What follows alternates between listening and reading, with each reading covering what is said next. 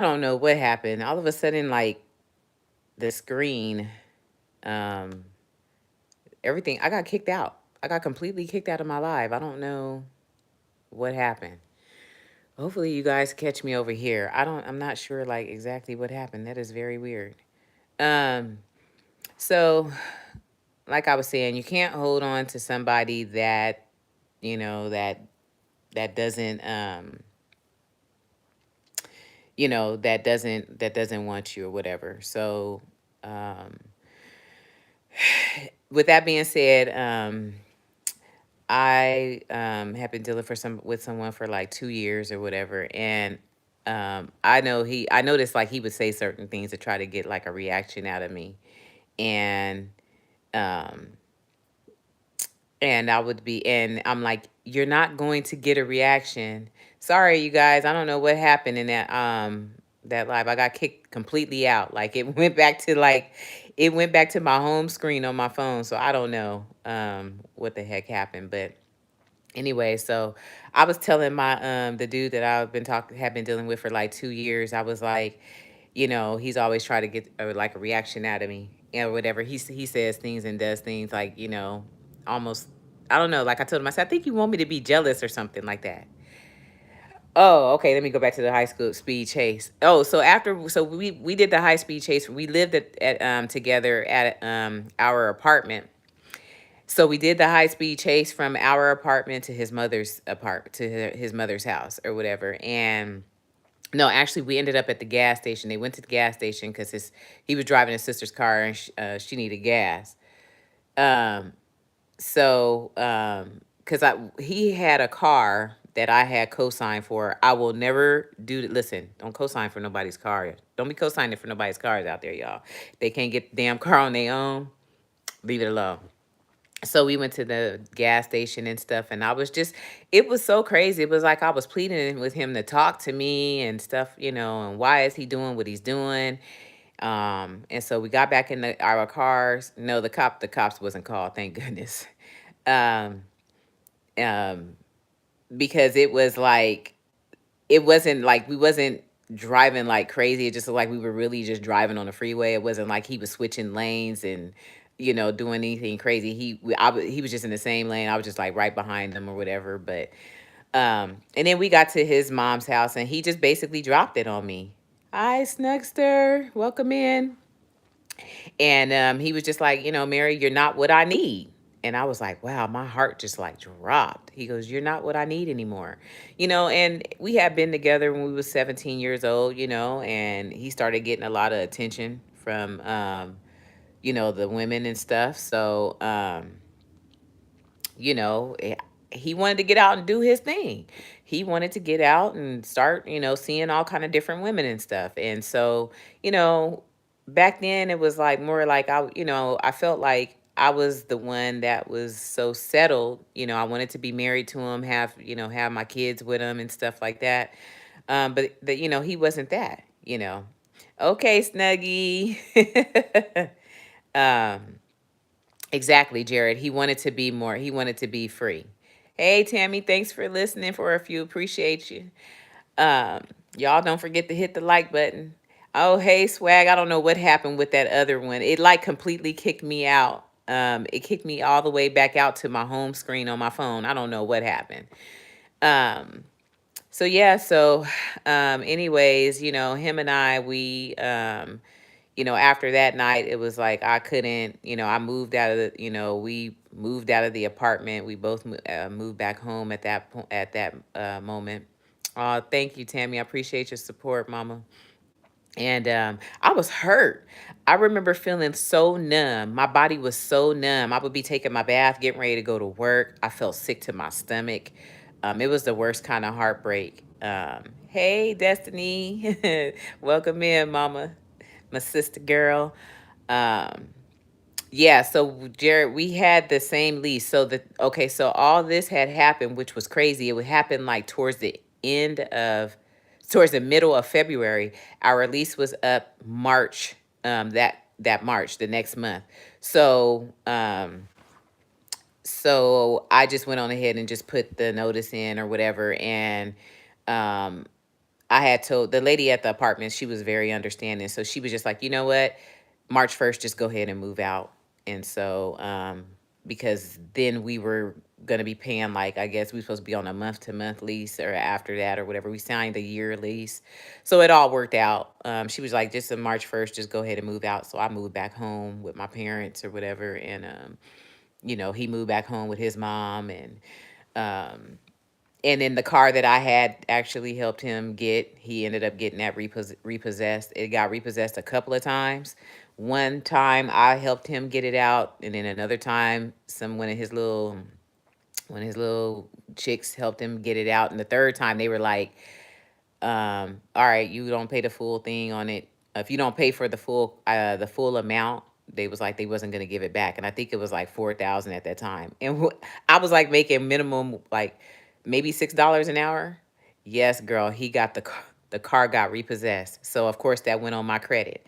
Never again will I ever co-sign for anybody's. Um, okay, you have a good night too, Tammy. Never again will I ever put my name on anybody's stuff. Not even my son. My son, I have a 2004 Dodge Durango. That's what he has. It's paid off. When he graduated from high school, I told him it's he can have it as long as he gives me that diploma. So he got me that diploma, so it's his. Um, so Jared, the car was in both of our names. So his name was on it first. My name was on it second because he had no credit. I was the one that had the credit. Thank you, Destiny. Yeah, girl, life. It was a learning experience though. It was definitely learning because I was like, you know what? I don't care how in love I am. If you know what I'm saying, I'll pay for my look now. I got my own car, my name, and I was able to purchase other cars after that situation because what eventually happened, um, they I don't know if they garnished his wages for it or something, but he ended up paying it off. So thank goodness for that. But I was actually going to be when I met my son's father in 2002. It was still on and me and my ex, we had broke up, that was like 1999. So it was still like on my credit. So when I was trying to be the sheriff's deputy, they were like, thank you, Destiny, you so sweet too. Um, they were telling me that, you got to have like clean credit, all that. They don't want you to like even be like a person that was messing with drugs or anything. Like everything has to be completely, you know, clean about you. So that was on my record at the time. I was going to go and be the sheriff's deputy because I was getting tired of like the medical field. Like I felt like the jobs weren't anything that I was wanting. They were like dead end jobs, and I was like, I don't know about the medical field anymore. Like I'm kind of starting to lose interest in it. So my son's father was like, "Well, babe, come on, do the sheriff's deputy thing." So I went and I was like, I took the test, passed the test. Um, and then when I was having my interview and stuff, they pull your credit. You got to have good credit. You cannot have bad credit trying to be in law enforcement. They will not. That's a no go. So that car was on my credit, and the recruiter, he was like, exactly. You got to be passionate about what you trying to do in life. That's the only way you gonna succeed. So the recruiter was like, well, he's like, I see you got this car on your credit, and that's the only thing that's holding you back. He's like, I could pull you in because it's all about who you know. They knew my son's father, and I didn't even have my son yet. He became my son's father, but they knew him, and so they was like, we can pull you in, but you have to just pay off that. I think it was like $4,000.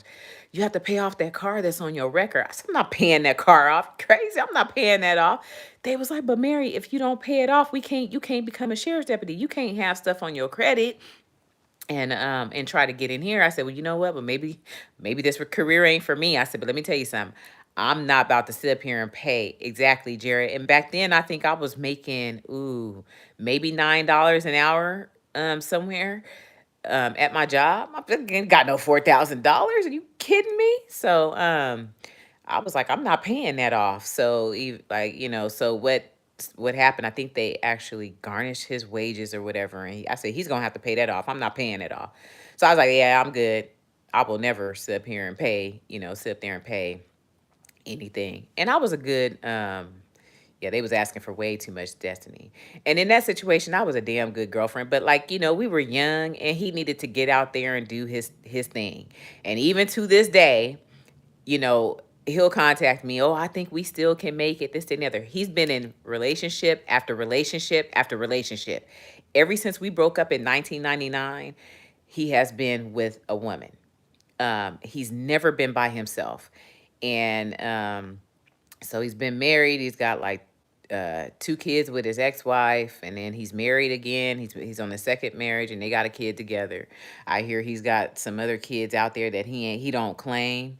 I think he has some twins or something. Some girl gave him up for adoption because she couldn't take care of him by herself or something like that. But yeah, just a hot mess. I'm like, listen, dude, um we I'm like, we're totally different people now. Like, I'm totally, we not on even on the same page, in the same book, in the same library, homeboy. Like, I'm totally a different person. I'm about handling my business and stuff. Like, you still about this chick, that chick, this chick. I ain't got time for all that. That's way, that's doing too much. I'm not trying to do all that. I'm 46 years old.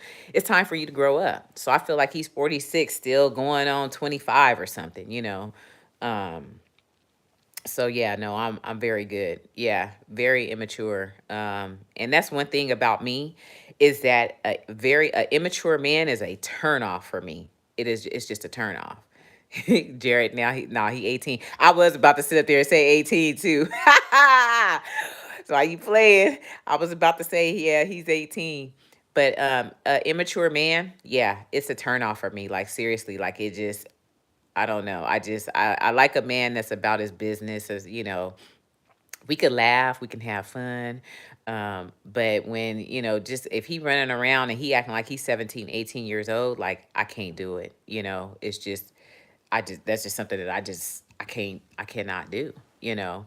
Um, and so, yeah, so, with I don't know. I always like to tell like stuff that I've been through. My son's father, um, that situation was kind of weird too, because this man, he had a whole wife I did not know about. I had no clue that he was married. Me and him, we were going everywhere, doing everything together.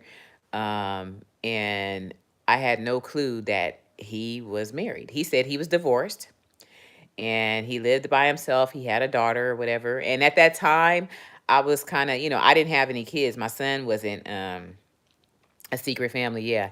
Yeah, except for his daughter. He did tell me about his daughter. He loved his daughter, but he did not tell me that he was still married. So, I don't know, Destiny. I mean, I feel like, well, with my son's father, what he was trying to do, he was trying to divorce her before I found out. So, and again, this is what I'm saying. Like, you moving into one situation without, and you still in another situation, and then you ain't even tell me. And I'm wondering why, like, his friends, like his sheriff's friends and stuff, they were like, they was just looking at me or whatever one day, and I'm like, why is this guy looking at me like this? You know what I'm saying? So, hey, good evening, King LDZ. Yeah, Jared, it's a lot of baggage. And at the time, I didn't want to date him because he had a daughter and I didn't have any kids, and I didn't want to go through this whole baby mama situation. His daughter was 7 years old at the time, so like, I was like, well, how are things with you and your ex-wife? Which what I thought was an ex-wife or whatever. Oh, we're fine. She's engaged to somebody else and she's living with her fiance. So I was like, oh, okay. And I said, okay, well, she's moved on. So I was like, okay, well then, this is fine. And like I said, he would spend the night at my house. We'd go around, we do everything together. There was nothing that told me that, hey, you over here being too secretive. How come we can't go out in public? Exactly, Destiny, and that was what I had told him. Once I found out, I said, how come you just didn't tell me you was like married or whatever? He's like, well, because I knew that, you wouldn't want to have anything to do with me. I said, but that's not for you to decide. That should be up for me to decide. Hey, Tracy, that other live, it kicked me completely out. I don't know what the hell happened. But So I had to start up a new one. But I was like, that's not for you to decide. That was for me to decide. I'm like, now you sit up here. I ain't never wanted to mess with, a married guy and stuff like that. Like, back in them days, I was like, I'm good. So like with him doing that, it was like once I found out, um, it was probably 6 months later, and that I found out, and his wife actually ended up calling me, and she asked me how did I know him. I said, well, that's my boyfriend. She was like, well, we're married, and I'm like, what? Um, exactly, Destiny, exactly. Tracy, you thought I was remixing? I'm gonna have to go back and like watch that because I'm like, this is crazy. So I was like, oh, I said, so you want him back now? Because he was telling me that, she was going through issues with like her supposedly fiance, and that she wanted to move into his household and stuff like that. Like this dude, like my son's father, I was like, swear he should have been like a car salesman because the stories that he came up with, you know what I'm saying? And he stuck to them. Cause I go back and ask people questions, you know what I'm saying, later on. And everything that I had asked him, he remembered everything that he had told me. So that's why I had no clue that, he was really married. Um, so anyways, when I found out that he was married or whatever, he still was like trying to say no, he wasn't. His friend was like, listen, man, Mary seems like she's a nice woman. He's like, don't do that to her. He was like, if you want to be with her, you need to handle your business, get your divorce, and if she's willing to be with you, that's one thing. He's like, but do not string her along. He was telling him that, whatever. He was like, don't do that. So he was with that friend that day, and the friend was like, hey, man, it's over with. Like, she didn't, your wife done called, told her what was up. It's time for you to come clean. And so he finally came clean that day. And I was like, you gotta be kidding me. I was like, what?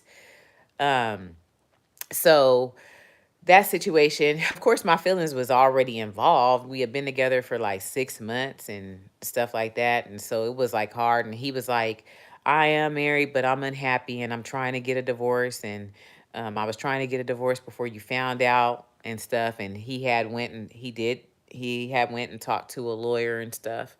And he was trying to go ahead and handle his business before I found out or whatever. So I was like, but now the trust is messed up because now, I'm over here, you over here now. It's like, okay, now I'm finding out that you're married and stuff. So it's like, you done told me a whole lie. The relationship is based on a lie. Um, so anyway, so he started his divorce proceedings and stuff. And I just felt kind of like, I don't know, I felt kind of like empty. And if everything's had changed for me, and I was just like, he goes, I feel like you don't love me anymore. And I said, well, no, I said, I love you because love don't just disappear like that. But I was like, I feel, my trust is ruined. I was like, you didn't ruin my trust with you now. So I told him, I said, you know what? Let me let you go ahead and handle your business or whatever. I was like, if we're meant to be or whatever, maybe we'll come back and be together in the future. But I was like, um, I can't, I just can't, I can't be fake about it. I'm just not a fake person. That's right, Jared. He definitely should have told me. And I told him, I said that you could have told me that and we could have just been friends until you got your divorce and you know what I'm saying? And did it the right way, even though I don't like rebound. Like I said, rebound situations, I just don't like. Um, so anyway, so he starts his divorce proceedings and stuff. And then it was like a few months. I didn't even talk to him or whatever. I was going on about my life. And then one rainy night in the spring, April 2003. Well, actually, before that, for Valentine's Day, I got up to go to work. And I went outside, and there was this big old giant. Y'all know those big old giant, like, cards, Hallmark cards. They're huge. And so that was on my windshield. And it was like a Valentine's Day card, and it was from him, and he was saying, oh, just want to let you know I miss you. I'm handling my business. I've been okay, this and the other, just giving me like a little update on the card and stuff. So I was like, oh, I was like, that's so sweet. So I called him up and I thanked him for the card and stuff and let him know what was going on. In the midst of everything, hey, Frank G, Welcome in. So in the midst of all this stuff going on, me finding out, I found out that he was married or whatever. I want to say that probably was June of 2002. And then my father died from a heart attack August of 2022. So it was like all this stuff was just going on. So and then he was actually here that night that my father passed away. So he was helping me try to do CPR and stuff on my dad. Situation going on with him, and then my father just died. So it was like a real hard situation. So anyway, so then fast forward or whatever, I got the Valentine's Day card from him or whatever, and I think I ended up sending flowers to his job. I sent some flowers. I was like, hang in there, you'll be all right, just handle your business, you'll be good.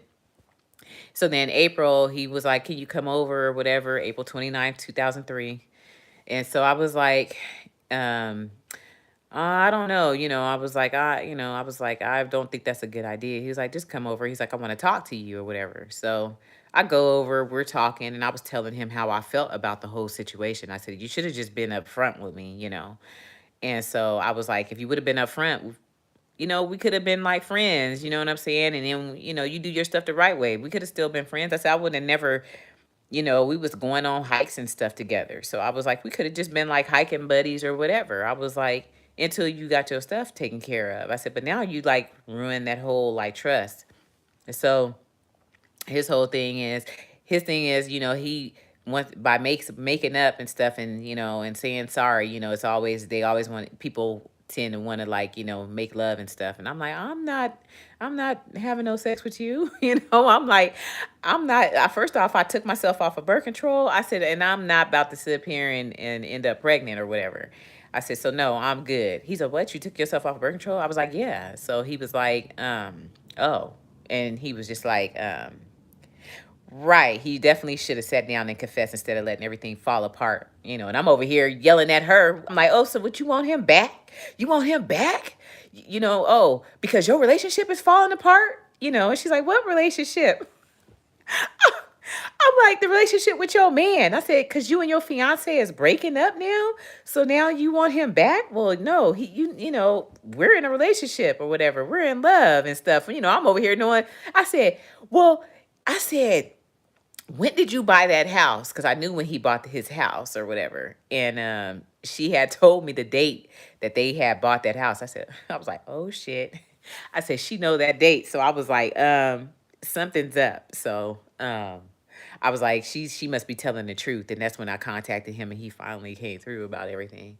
So anyway, so April 29th, 2003 was at his house. And I gave in and we did have sex or whatever. So, but then that night, I don't know if y'all have ever had clarity come across where you were like, you know what? I'm done with this situation. I'm good. It's time for me to move on.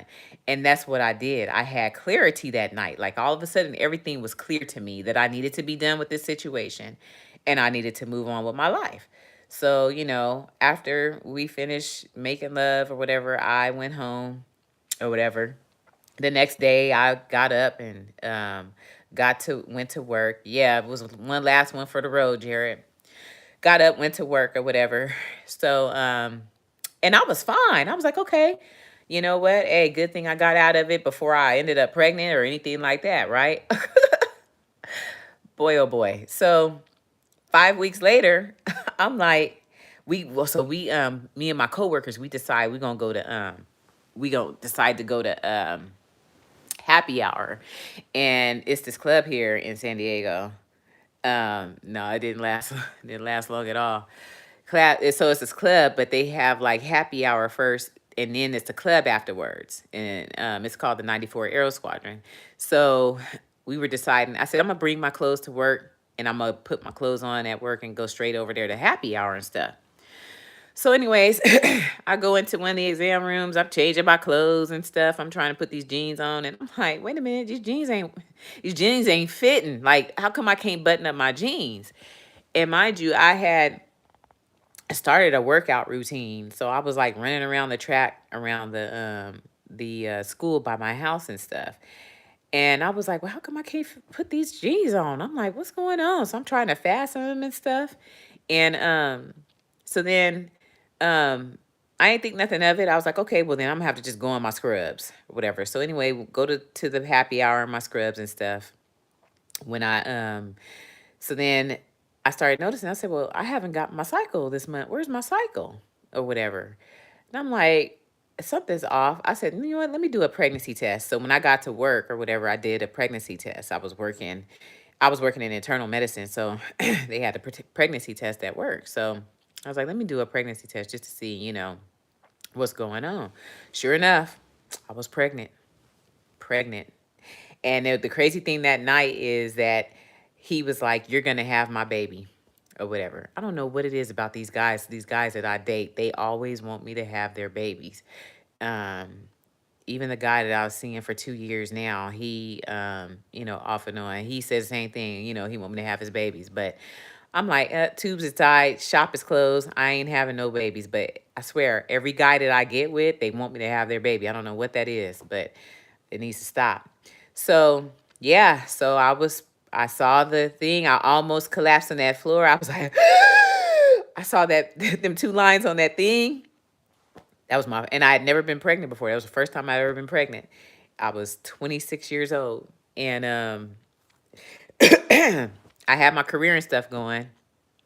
But I was just like, I was like, this cannot be happening to me. I do not want to be a single mother. Cause I was like, I was done with him. I was gone about my business and whatever. And I was like, I do not want to be a single parent. I seen like a lot of my friends are single parents. So I was like, I don't want to be a single parent. I didn't want to do this. And girl, Destiny, that night, he's like, you gonna have my son. You gonna have my son. I said, I ain't having shit. I was like, I'm like, I'm not having nothing. And sure enough, I was like, not only did I have a baby, but I had a boy and I had his son. I mean, he had took my legs, he had pushed my legs up, wouldn't let me get up. He was like, you gonna have my baby. I was like, let me get up. I was like, I told you I'm not on birth control. Sure enough, I was like, that man, I swear that man got everything that he wanted in life. If the house that he wanted, he got. He wanted to have he wanted to have his son. He had already had our son's name picked out when he was 12 years old. Um, so, and my son is Jordan, name is Jordan Michael. And so Michael loved Michael Jordan. So he always was buying Michael Jordan shoes. I should put him on Maury. I told him too, I said, let's go on Maury or whatever. So yeah, so that situation was really, and then I told my mama that I was pregnant. Thank you, Jared. Um, so I told my mama that I was pregnant and I was so upset. And she was like, oh, she was so excited. She's like, well, it's okay. She's like, we gonna do this together. We gonna take care of the baby together and stuff. I said, Mama, but we ain't even together no more. I was like, I don't want to be no single mama.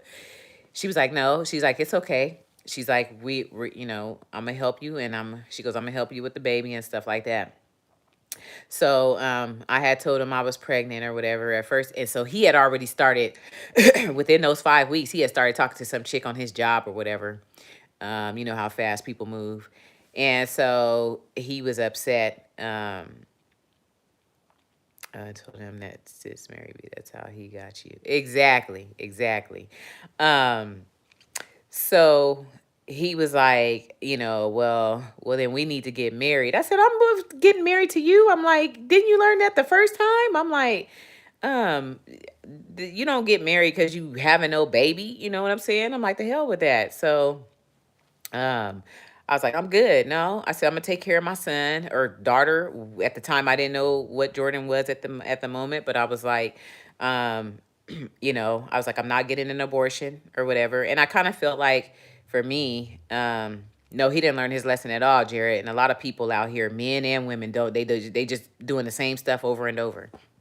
Um, I kind of felt like that was my daddy sending someone to watch over me because my father had passed away in August of 2002. And then my baby was due in January. And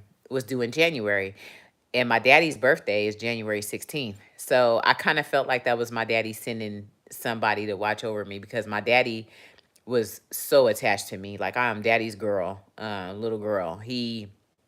That man loved me so much. I could literally say that there is no, like, I feel like my daddy don't, if, and you would have to know my father to understand. Oh, your dad passed away on January. Oh, I'm sorry to hear that, Jared.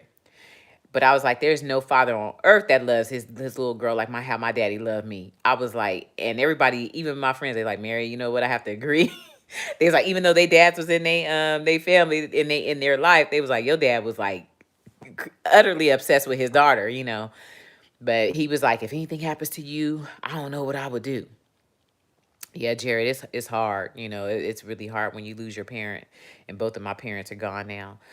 So, you know, so anyway, so my son was born January 12th, 2004. And I would have to say, you know, his dad was a good dad to him up until he passed away. So my son's father passed away April 3rd of 2005. He had a blood clot in his leg. It traveled up into his lungs, became a pulmonary embolism, and it killed him. He didn't go to the doctor. So guys, if y'all are ever feeling any kind of pain, please go to the doctor. Pain, you're not supposed to be in any kind of pain. And he ignored all the signs and symptoms, and it was something that he could have easily went to the doctor, got put on blood thinners, and he could have still been here for my son today. So my son was 14 months old when he lost his dad. So uh, but you know, so he doesn't have any like memories of him or anything like that. But you know, he came, he picked him up, you know, had him over his house and stuff, you know, paid for his health insurance and all that, you know, and he was doing daddy duties all the way up until he passed away. So that's one thing that I could never take away from him. He was a damn good dad to my son and his daughter. Um, and, you know, the kids, he made sure that they had whatever it was that they needed. He was never I didn't have deadbeat problems or none of that. As a matter of fact, when it came to me, you lost your dad when you were 17. Yeah, Destiny. Yeah, I've gone through a lot of losses. My brother too. My brother died in 2019. So, all of my immediate family, they're all gone now. And so the holidays are hard. This time of year is really hard for me. But I do have some really good friends in my life. And they're my support. Anything that I need, you know, they're here for me. Um, you was on Lovenox for the same issue? Yeah, King LDZ. As a matter of fact, last year, November, I actually ended up having a blood clot in my leg. And I went to Arizona and did a long drive, and I didn't pull over toward coming back home. I didn't pull over. I could feel like something like had popped or something like in the back of my knee. I don't know. I guess I busted a vein or something. But the blood clot formed like, oh my gosh, it ended up in your lungs. Dang, King LDZ. I'm so glad you got that checked out and you here with us, because that is something serious. And then pulmonary embolisms, I mean, those things travel so fast. Um, so I was actually on, they had me on, gosh, why can't I think about this medication now? But I was on it until like July. Um, that's right, Destiny. That's why I was telling Terrence. I said, you know, I said, coming on here, I said, I feel like, you know, everything happens for a reason, you know, and I found you guys, and, you know, you guys are just, everybody is just like, you know, so, you know, accepting and welcoming, you know, and it's a beautiful thing. Um, because you already know, like some of your blood relatives, I got blood relatives that don't even check on me and my son. You know what I'm saying? They don't check on us. They don't see how we doing, you know. And I know my mama would be upset that her family's not, you know, not checking in, you know, on me and stuff. But you know, that's how it goes. And then you know, like I said, you know, I'm meeting y'all on here, you know, and it's like you start feeling closer to people, you know, that just now coming into your life or whatever. Um, so yeah, so um, yeah, those you have cousins that never check on you. I know, Jared. It's sad. It's just really sad. And even my son, he has like a lot of family here in San Diego on his from his dad's side, but they're not. Everybody's like they're not close. Your family's funny acting, Frank G. And Frank G, I feel like this. I'm like, if they funny acting, that might be a good thing that they are. You know what I'm saying? Far, they keep their distance because you don't want nobody. You don't want to be around nobody like that. You gotta guess what mood they're in, you know, or whatever. You know what I'm saying? That's like you don't want to be around somebody that's just like funny acting. It's like give me some consistency. You know what I'm saying? Like I need to know what I'm dealing with, who I'm dealing with, you know. And so, yeah, Destiny, you have funny. Yeah. My family, they just seem to be, I think they're all caught up with it. They live like they're all caught up with their own like families, you know. Um, oh yeah. Jared, the only time I really hear from him, like really hear, there's only two people that really contact me like on my mom, on like in my family. So my daddy's sister, which my aunt, she's like 88 years old, and she every Sunday I talk to her. She always check on me and my son. And then I have an uncle. We call him Uncle Junior. He lives up in Victorville, California, and that's my mama's brother. And I talk to him every Sunday. Everybody else, it's like if I ain't on Facebook, that's the only way I'll see him if I'm on Facebook or something. But I was off of Facebook for probably about 5.5 months. I ain't getting no phone calls or whatever, you know. Um, and I think it's sad, you know. It's really sad. But like I said, my friends here, I feel like they're my friend. They're my family. You know, they checking for me and Jordan all the time. You know, exactly. Frank, that's the only way they know something going on. If it wasn't for Facebook, they would not know anything at all. You know, so but they just kind of do their own thing. They're not really my family. They're not really funny acting. It's just like everybody's just often doing their own little thing with like their own immediate family and stuff, and that's just it. It seemed like since my grandmother passed away, like the matriarchs, when the matriarchs passed and stuff, it seemed like family dynamics switch up once the matriarch has passed away, it's gone and stuff. It's like nobody really gets together and stuff. Like I know everybody used to get together at my grandmother's house, and most of my family they're in Arkansas. So um, I was the only one born out here in San Diego. You thinking about getting rid of your Facebook, Frank G? I know a lot of people that have gotten rid of it. I had gotten rid of mine, I think, in 2013.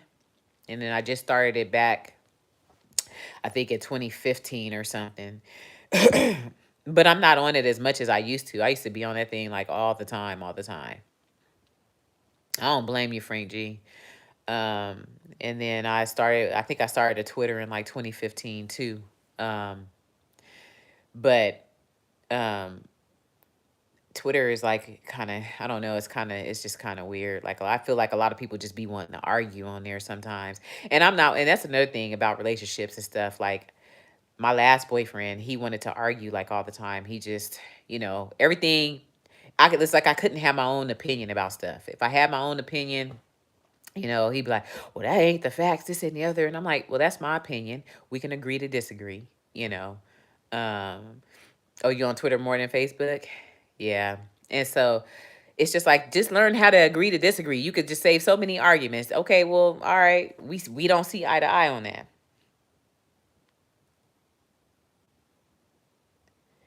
Remember? Uh-oh. Trying to read your comment, Tracy. This thing that pop up. Remember I told you about a sister of mine is texting me right now. I lost a nephew this week as well. He was my brother. Oh yeah. Um, Instead of grieving, she's just talking bad. That's just a shame, Tracy.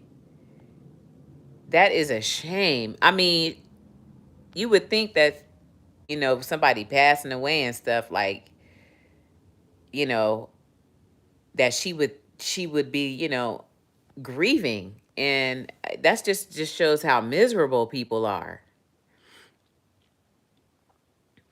Yeah, so Frank G, I'm on YouTube, Facebook, and Twitter. Oh, I have a. I mean, I don't have a.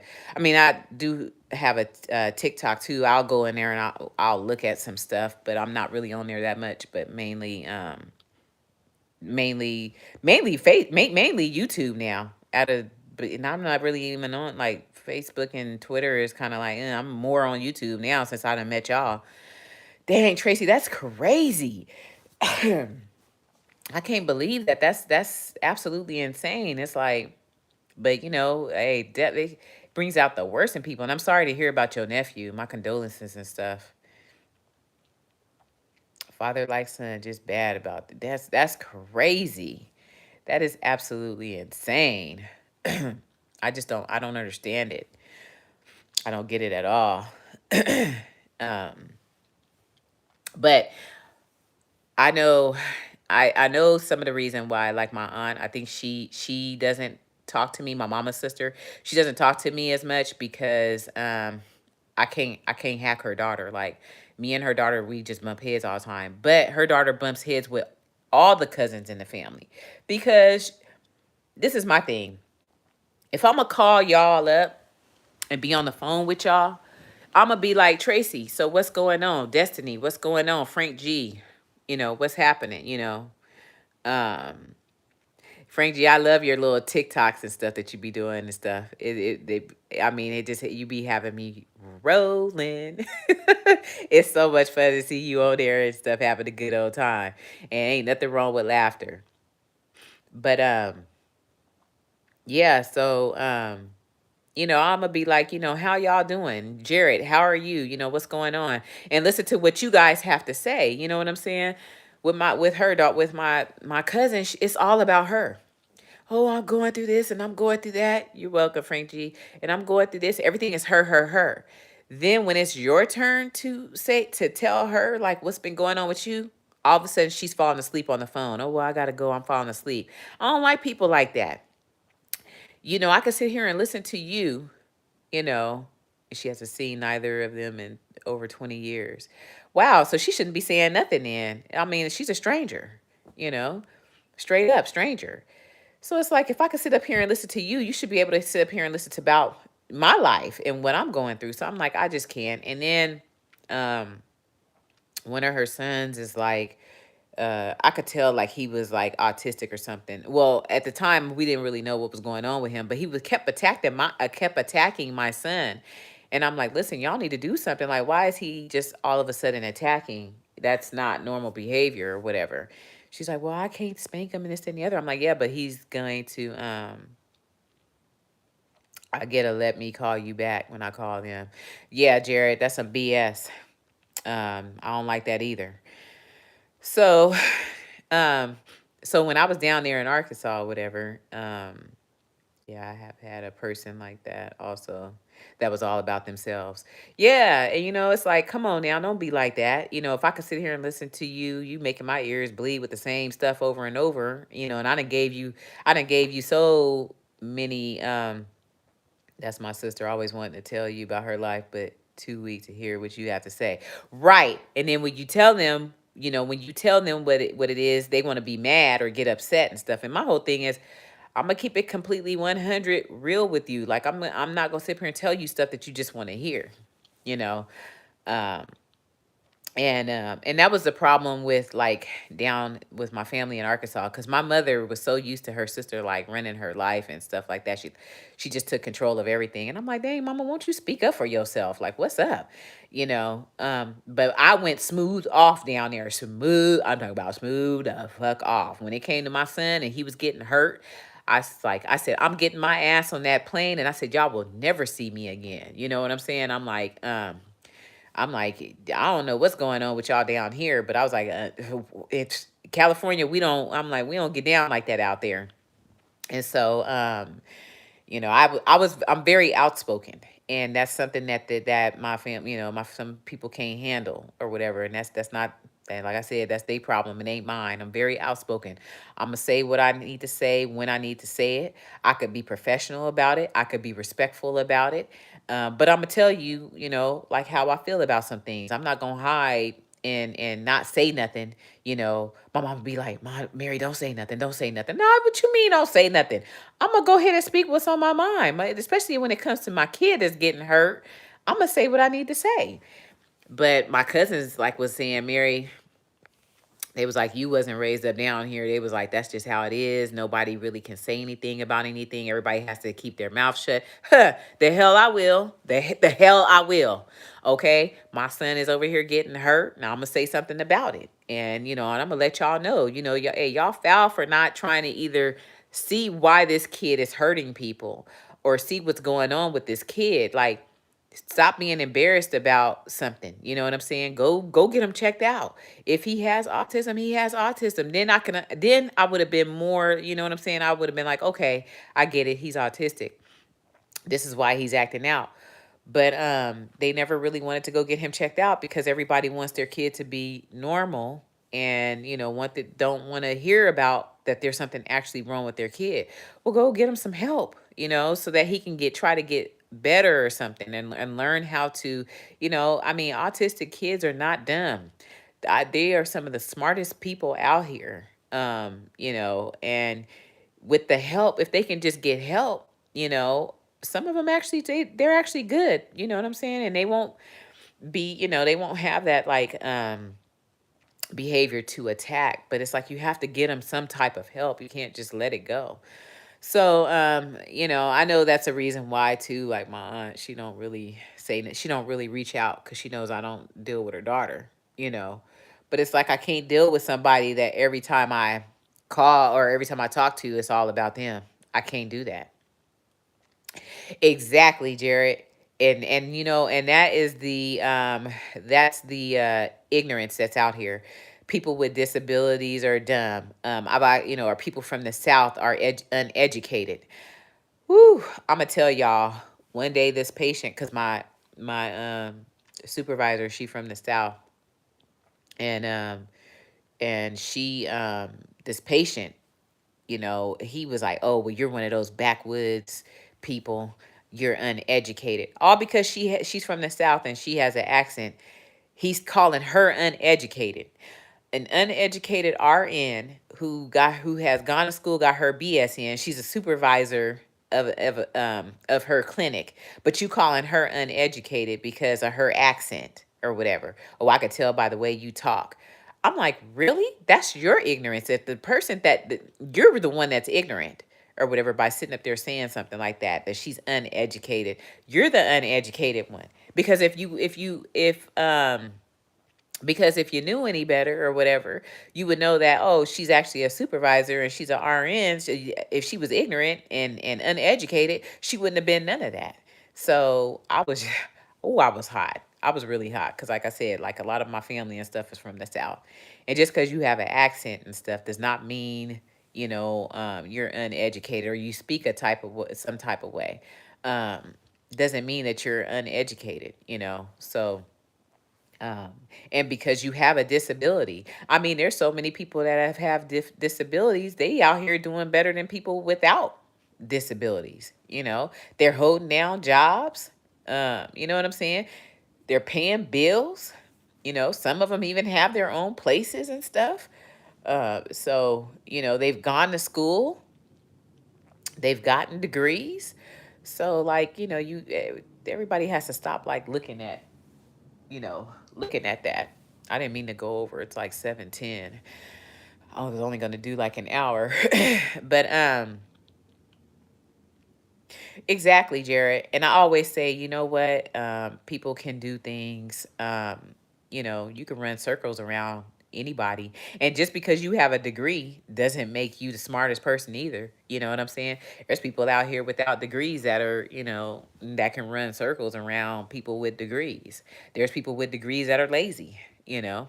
I see it every day. Sure do. See it at my job every day. You got degrees and stuff, but you ain't even passionate about your job, you know. I have a disability and I worked, went to college and got my own place.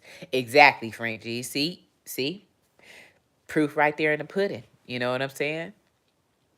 You didn't let your disability define you, And then there's people out here that want to say, well, I can't do it because I'm this or I'm that. It's like, no, I'm like, there are people out here that are doing a lot, you know? We had a lady that, you worked 10 years at a grocery store. Oh, Jared, that's real good. See, you done held down jobs and everything. And hell, some regular folks can't even do that. They were, oh, it's just too much. I'm quitting. What you mean you quitting? That's what it is to work. Um, as a matter of fact, I went to 7-Eleven today. I was going to try to buy some potato chips. I guess told my fat ass I don't need no potato chips because I went in there and the guy behind the counter, he was like, I can't. He goes, I just started. He was like, I don't know how to ring anything up. He goes, the guy that actually is supposed to be the cashier today, he's like, he called out. He didn't show up. I'm like, what? So he's like, I have to wait for the lady to come back. He was like, because I don't know, I haven't been trained on how to ring things up.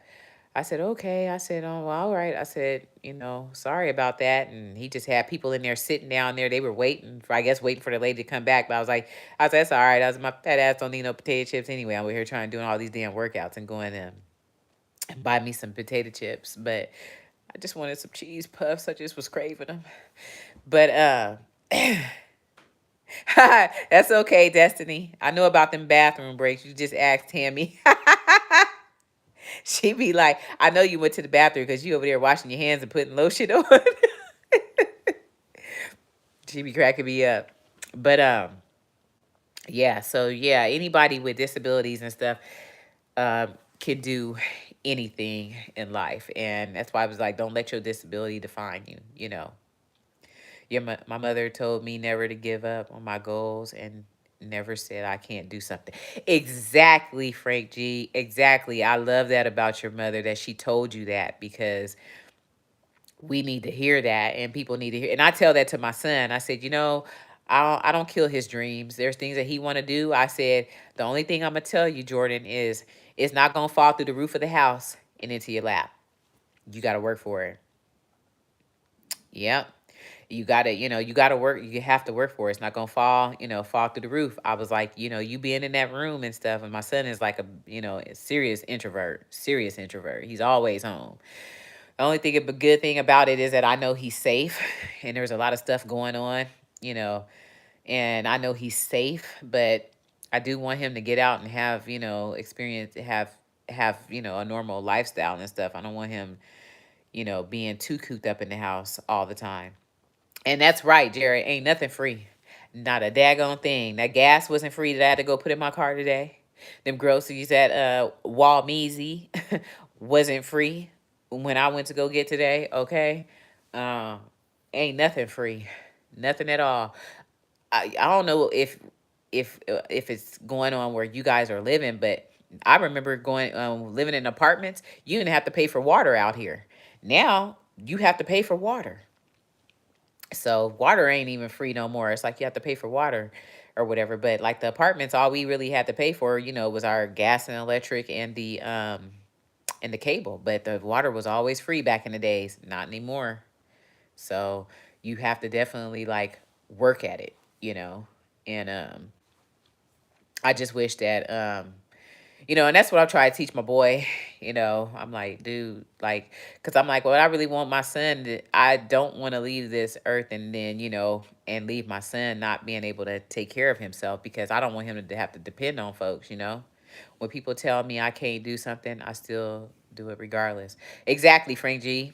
Prove them wrong. You know what I'm saying? Exactly. Exactly. You know what I'm saying? That's all you could do. You know what I'm saying? Because then they be like, oh yeah, well, I knew you couldn't do it. I didn't think you could be able to do it. It's like, nah, I'm gonna go ahead and do it. You know, I got this. I could do this. You know, and that's good. You guys are not letting your disabilities define you. You know what I'm saying? And you guys are very, you know what I'm saying? It brings out a lot of positivity in you guys. When you guys are very, very up. You guys are very, just spirited. Like, I just love you guys' spirits and stuff. I watch you guys' stuff and I just be like, wow, I'm just amazed. You know what I'm saying? Oh, you was Employee of the Year in 2008, Jared? That's awesome. Frank G, you got a college degree? Dang. That's some hard work. That's some good. Wow. Congratulations on that. I went to a trade school to get my medical assistant or whatever. School was just never, I was burnt out on school. I don't like school at all. I don't. But that's good, Frank G. I'm glad to hear it. I love to hear when people, are out there and they working hard and stuff, and even kids that's in college and stuff. I'm like, hey, go full speed ahead and always do something that you're passionate about, you know. So, well, I'm gonna go ahead and get off of here, y'all. Um, I need to wash my hair and stuff. But I appreciate you guys for coming in and talking with me. And I'm gonna try to do these lives like every Saturday. And we'll just talk about whatever. So you guys have a good night, and maybe I'll see you guys in somebody else's life later. I gotta finish watching this show too. Oh, you got it before your mother passed away? Oh, that's awesome. Oh, I'm so glad you did that before she passed on. Oh, I know she was proud of, and you still her baby, no matter what, no matter how old you are, Frankie, you still her baby. So to see her baby walking across that stage like that. You're welcome, King LDZ. I appreciate you for coming in. Thank you, Destiny. If you're still here, Tammy, whenever you watch this replay, I appreciate you guys, Frank G, Jared, and Tracy. And I'll see you guys later, okay? You guys have a good evening. And remember, if nobody told you they loved you, I love you. Your big sister, little sister. Hey, Snugster, whatever I am. But I'm big sis, little sis, or whatever it is. I'm 46, so if you're older, I'm your little sis. You're younger, I'm your big sis. But I love you guys, and I appreciate you. Have a good night. Bye.